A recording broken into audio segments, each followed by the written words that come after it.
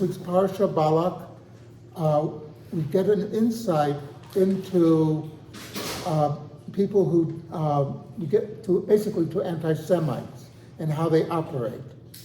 Because for most of the Parsha, it is what's happening outside of the Jewish people. Balak is it's off stage, so to speak. Balak wants to curse the Jewish people, wants to stop the Jewish people because he understands something. His lifestyle is anti-Torah.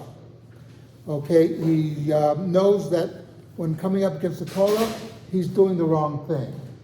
He hires Bilaam. Now, Bilaam, there's a whole controversy about what type of person he was. Was he a good person who was just greedy, or was he a really evil through and through? Rashi seems to think that he was basically bad, basically evil, but others say, no, he was really okay, but he got blinded by the money. In other words, like many politicians who, might be good to a certain degree, but they're blinded by the power, the money, etc., and they want to keep their seat, so they will overlook certain things, which is a big problem, because we see this that not so much here in America, although we do have some little inkling of this from what we see going on here in New York with Madani and all that.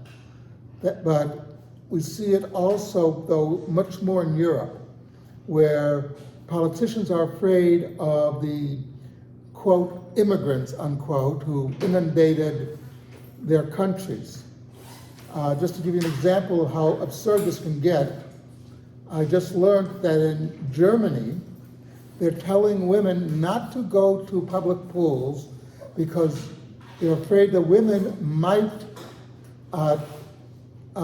tempt the Muslim men into committing rape. Stop and think about that. They do that everywhere. That's the point, is they will commit rape, and so we tell the women not to tempt them. But they're going to do it because that's what they do. And these politicians don't get it. It is a big issue.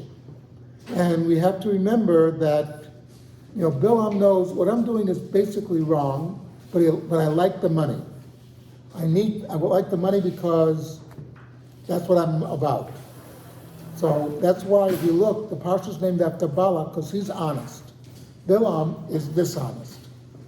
But that's something to think about. Kaddish Rabbanim.